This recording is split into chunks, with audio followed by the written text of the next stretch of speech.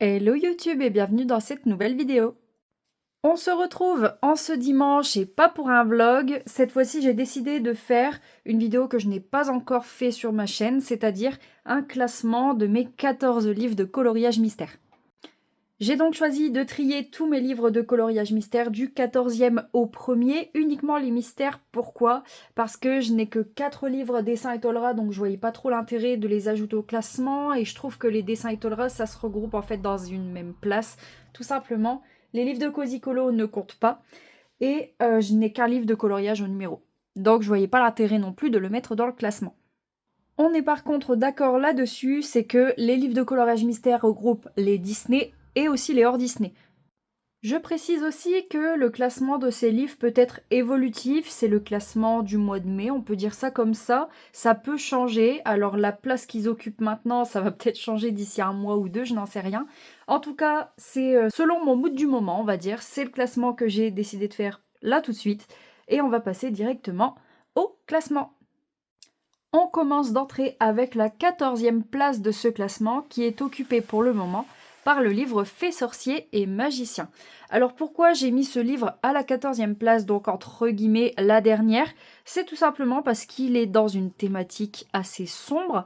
Les sorciers, les fées, etc. c'est pas vraiment le type de colo que j'apprécie faire, même si le livre est très beau en soi. Il est assez sombre en effet, même si les solutions sont stylées.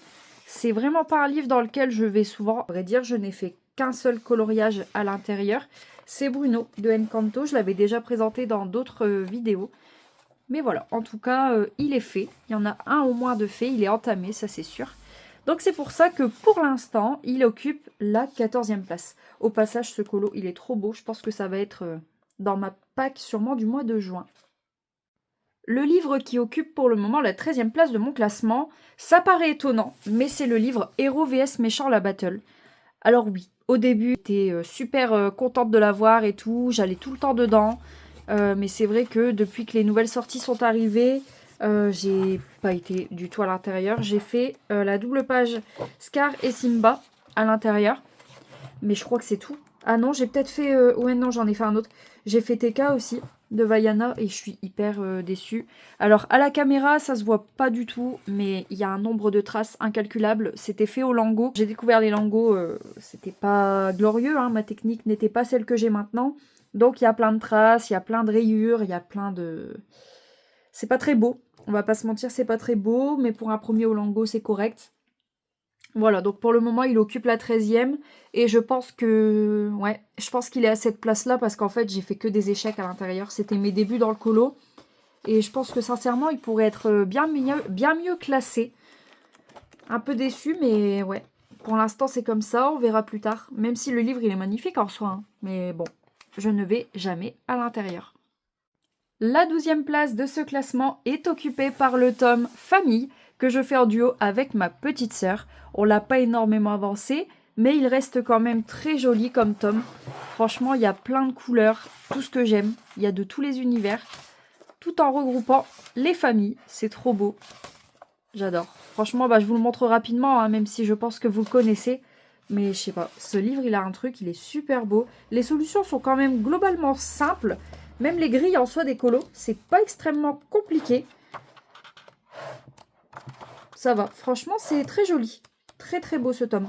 Pour l'instant, en 12e, comme je l'ai dit, parce que j'ai pas l'occasion encore d'y aller beaucoup. Mais il reste quand même globalement très beau. Alors, c'est peut-être étonnant, mais j'ai attribué la 11e place de ce classement au livre Très grand classique.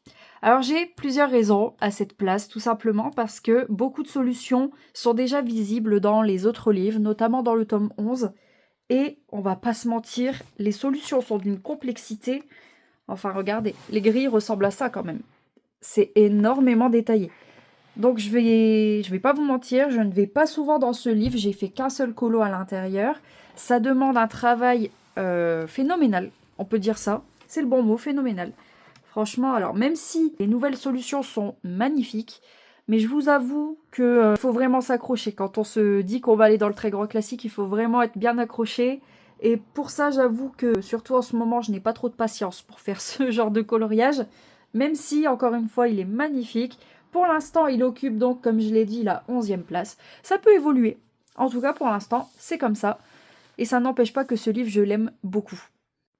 Passons à la 10e place de ce classement et j'ai choisi d'y mettre le tome 4 des grands classiques. Alors j'ai pas vraiment de raison à donner, j'avoue, le livre me plaît énormément. C'est surtout un tome dans lequel je vais quand j'ai fait une énorme double page ou que j'ai fait beaucoup de colos assez compliqués, riches en détails. Tout simplement, vraiment, il est vraiment full détente et je suis quelqu'un de très perfectionniste dans la vie de tous les jours et dans le colo également. Donc comment vous dire que dedans, je suis un petit peu... Oui, comme je l'ai dit, en détente, quoi. Je m'amuse pas à faire 15 000 couches de couleurs. Voilà, c'est uniquement dans un but de relaxation. C'est ça, de relaxation. Là-dedans, j'ai fait réponse. Comme on peut le voir, elle a des traces au niveau de sa peau et c'est complètement ok. Pour le coup, un colo dans le tome Princesse 2 dans lequel j'aurais fait des traces, je peux vous dire que je n'aurais pas accepté du tout. C'est pour ça que ce livre, il est vraiment dédié à la détente. Je me prends pas la tête dans celui-là. Je sais que j'ai fait un autre colo dedans. C'est même plus la page, hein, c'est pour vous dire. Je ne me rappelle jamais. Voilà, elle est là, donc c'est belle. J'ai pas fait les fonds pour les deux colos. Et je pense que je vais quand même les faire. Je sais pas. Avant, j'étais du genre à dire, bon, je vais pas faire les fonds, ça va faire joli. Mais finalement, je commence à changer un petit peu d'avis. Donc voilà. Pour l'instant, le tome 4 est donc en 10e position. En 9e place de ce classement, j'ai choisi de mettre le tome 1 des Schtroumpfs. Alors c'est très étonnant, parce que le tome 1 des Schtroumpfs, et même le tome 2, hein, d'ailleurs j'ai les deux, je les adore. Mais c'est vrai que le tome 1, il faisait partie aussi de mes débuts, comme le héros vs méchant. Et on va pas se mentir, depuis longtemps, j'ai pas été dans celui-là. Donc ça, c'est ma première double page. Voilà, assez correct quand même, on va pas se mentir, même s'il y a quelques traces par-ci par-là. Ça, c'était fait au feutre acrylique Guangna. Un peu plus tard, j'ai fait celui-là. Et j'ai aussi fait celle-ci. Je savais pas quoi faire, alors j'ai fait celle-là. Voilà. Sinon, les solutions de ce livre, elles sont trop belles. J'aimerais bien retourner dans ce livre, parce qu'il est trop beau, tout simplement. Quoi dire de plus? Le tome Schtroumpf est trop beau. Alors après, peut-être que la 9e place est justifiée en raison des gros aplats de couleurs. Notamment les verts, les jaunes et les bleus. Enfin, vous me direz, c'est la thématique des Schtroumpfs, hein, jaune, vert, bleu. Voilà. Sinon, il est très beau. Franchement, très beau, à moins que peut-être je le ferai un peu au feutre à eau. C'est possible aussi. Il occupe, pour le moment, la 9e place.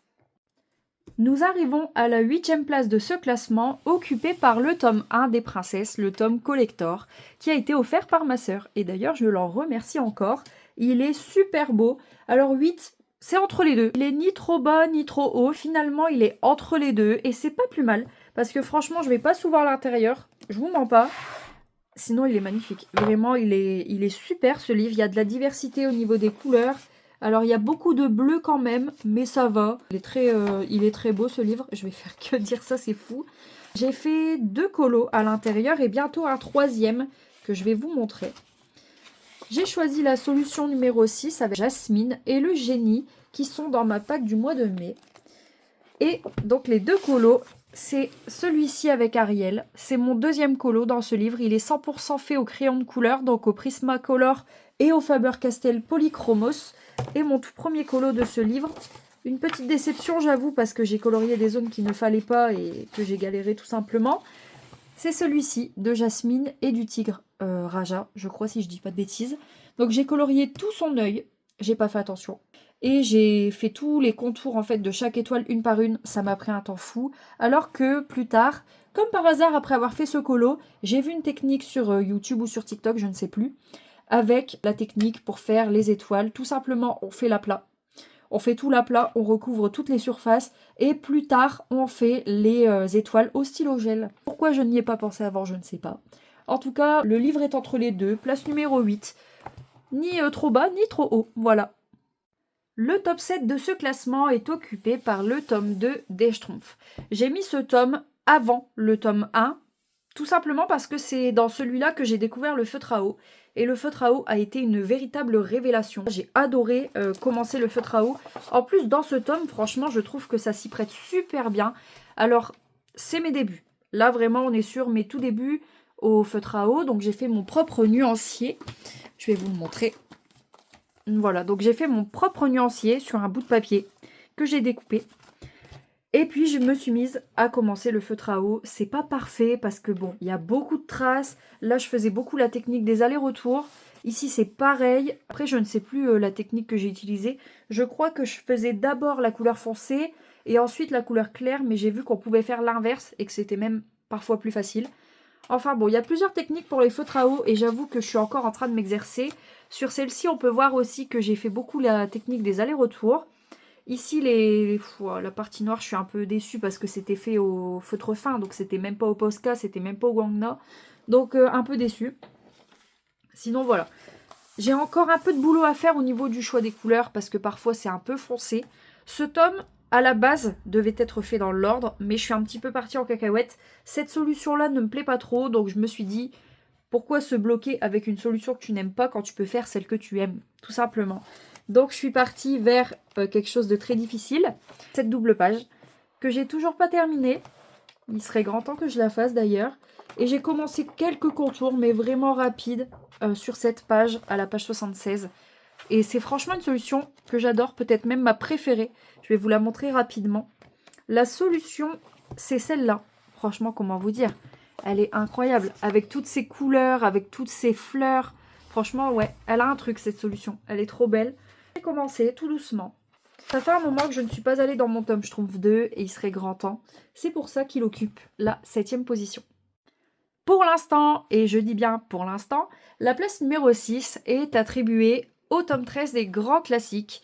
La raison est bête, mais c'est parce que j'ai commencé une grosse double page dans ce livre et qui plus est au crayon de couleur.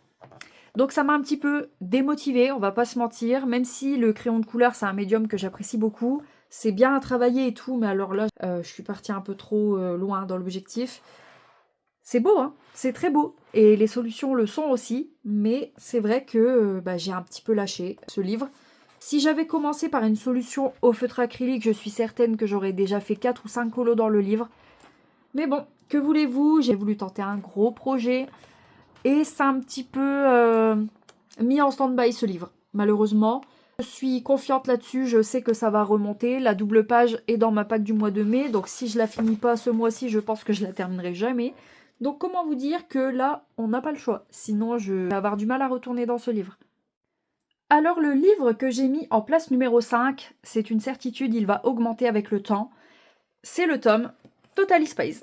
Alors comment dire? Non seulement il y a la beauté des solutions, regardez-moi ça. Les solutions sont trop belles. On a des solutions rigolotes, on a des scènes emblématiques de la série. Quoi dire à part que... Mais j'adore, tout simplement. Et alors, il y a un truc avec ce livre que vraiment, il n'y a pas dans les autres, je trouve. C'est la finesse des contours. Regardez juste cette première solution que j'ai fait avec les contours uniquement, mais c'est déjà bien. C'est trop beau. Les contours fins, mais c'est tellement... J'adore, j'ai pas les mots pour dire à quel point j'aime faire les contours fins. Ça change de ce qu'on a l'habitude de voir. Les solutions sont complexes, mais en même temps elles sont colorées. Et les contours sont fins. Il y a vraiment tout pour que je sois heureuse avec ce livre. Il est magnifique. Donc pour l'instant, il occupe la 5e place. C'est sûr et certain qu'avec le temps, ça va monter.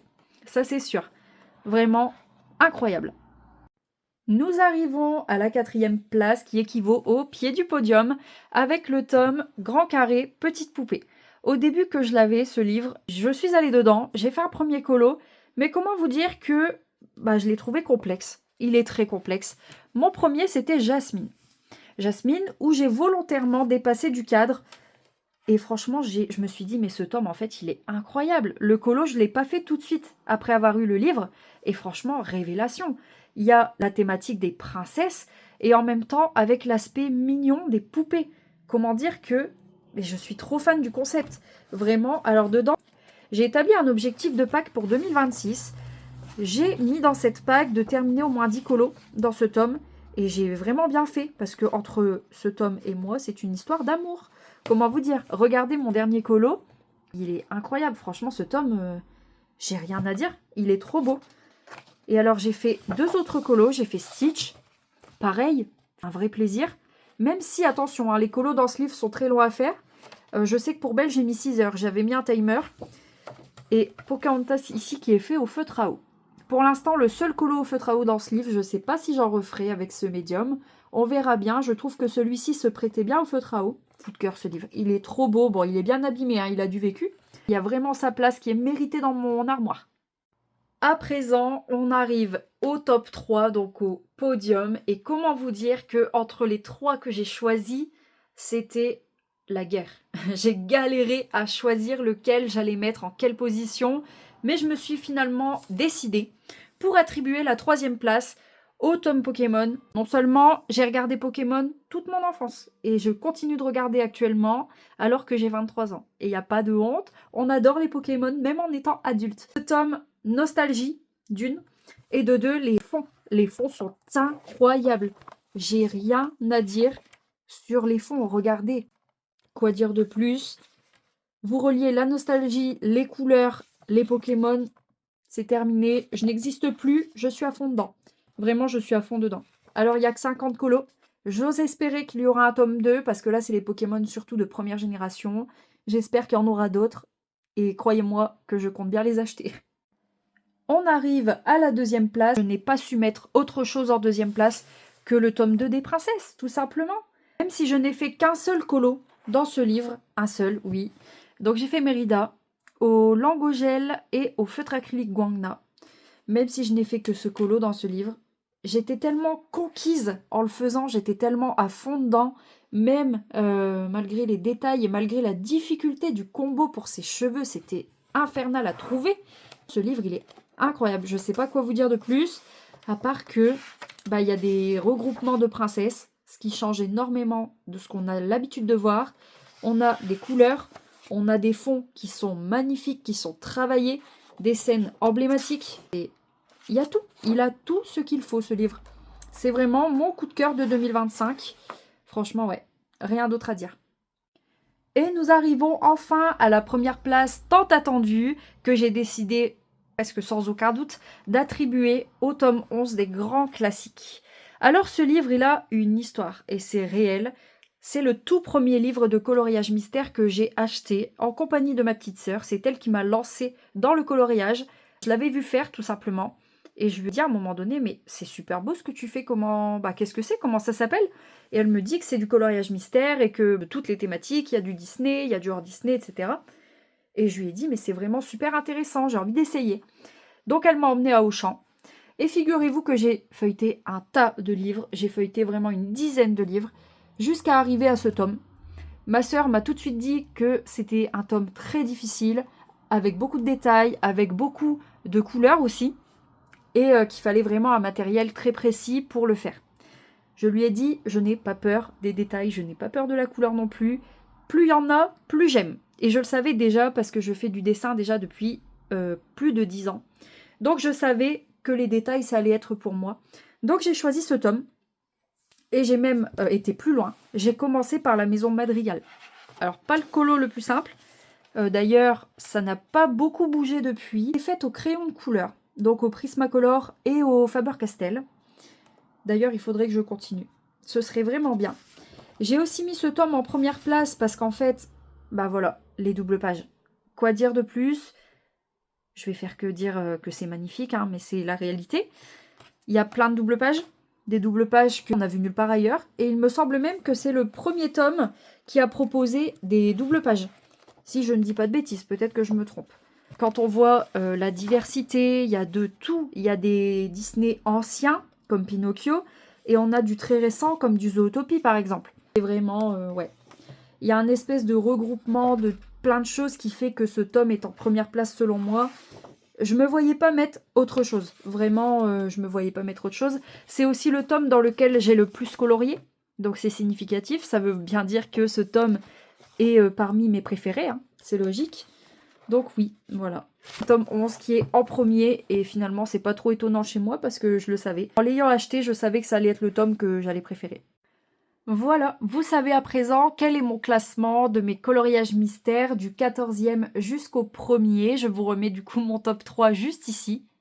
Par conséquent, c'est ici que la vidéo va se terminer. Mais avant tout, j'ai quelque chose à vous expliquer. La semaine prochaine, il n'y aura pas de mercredi cosy. Je sais que ça fait 2 semaines de suite que je n'en fais pas, mais j'ai décidé de me challenger la semaine prochaine. J'ai vu beaucoup d'autres créateurs de contenu faire cette thématique. Il s'agit du défi 7 jours 7 coloriages. Ce défi peut vraiment me permettre non seulement d'avancer sur ma PAC, mais aussi de réaliser vraiment un cosy colo par jour. Et quoi de mieux pour avancer les livres au final. C'est donc pour ça qu'il n'y aura pas de mercredi cosy la semaine prochaine, mais honnêtement, je pense que ça vaut le coup. Un cosy colo par jour, c'est déjà énorme. C'est ici que je conclus la vidéo de classement de mes livres de coloriage mystère. J'espère que cette vidéo vous aura plu. Je vous dis donc à la semaine prochaine pour le défi 7 jours 7 coloriages.